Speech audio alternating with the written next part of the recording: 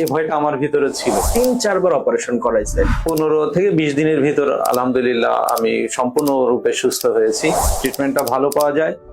আসসালামু আলাইকুম ভাইয়া। ওয়ালাইকুম আসসালাম। কেমন আছেন? জি আলহামদুলিল্লাহ অনেক ভালো আছি।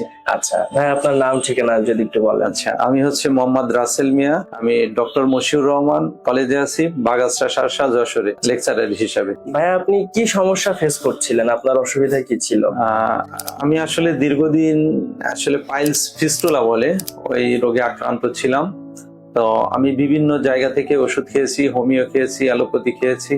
খাওয়ার পরে আসলে আমার কোনো সমস্যার সমাধান যদি হচ্ছিল আপনি না। একটু বলেন কতদিন ছিল আপনার এই রোগটা, কত বছর এটা প্রায় 1.5 বছর থেকে 2 বছর পর্যন্ত আমি বিভিন্ন জায়গা থেকে ওষুধ খেয়েছি, বা আমি চেয়েছি যে হয়তো ওষুধের দ্বারা এটা হয়তো নিরাময় করা সম্ভব হবে, বাট আসলে আমি কোনো ফল পাইনি।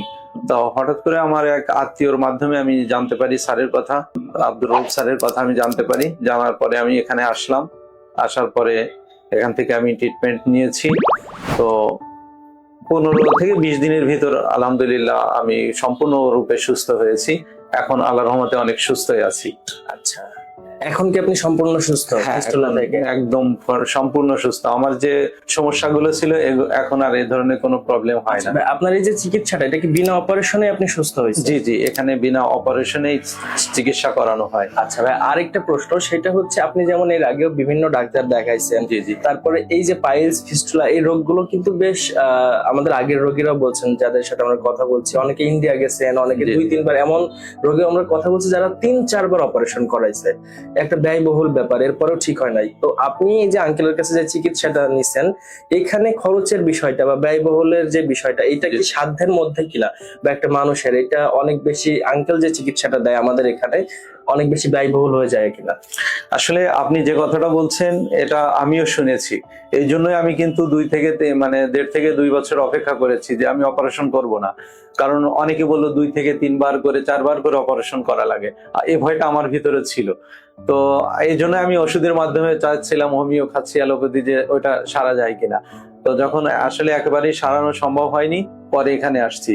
তো হ্যাঁ, হয়তো তারা অন্য কোথাও থেকে করছে, বা বিভিন্ন কিছু আছে না, আমাদের দেশে তো অনেক আনাড়ি ট্রিটমেন্ট করানো হয়, তা এরকম ডাক্তারের কাছে হয়তো গেছেন। বাট আমি স্যারের এখানে আসছি, এই যশোর পাইলস কিওর সেন্টারে আসছি। আসার পরে আল্লাহর রহমতে এখানে ট্রিটমেন্ট করে আমি সুস্থ আছি। তো আমি সবাইকে বলবো আশেপাশে বা এত জায়গা না দৌড়াদৌড়ি করে এখানে আসলে, যশোর পাইলস কিওর সেন্টারে আসলে আল্লাহর রহমতে ট্রিটমেন্টটা ভালো পাওয়া যায়। আর যেটা বললেন স্বার্থের মধ্যে, এটা স্যার আসলে খুবই অমায়িক লোক। আমি নিজেও তো ট্রিটমেন্ট করেছি এখান থেকে, তো এটা আমার স্বার্থের ভিতরেই ছিলেন। থ্যাংক ইউ সো মাচ ভাই, আপনার জন্য অনেক দোয়া। আপনি সুস্থ থাকেন, ভালো থাকেন, আপনার শিক্ষকতা পেশায় আপনি অনেক দূর এগিয়ে যান, এবং স্যারের জন্য এবং আমাদের জন্য দোয়া করবেন। জি আলহামদুলিল্লাহ, আপনাদেরকে ধন্যবাদ। ওয়ালাইকুম আসসালাম।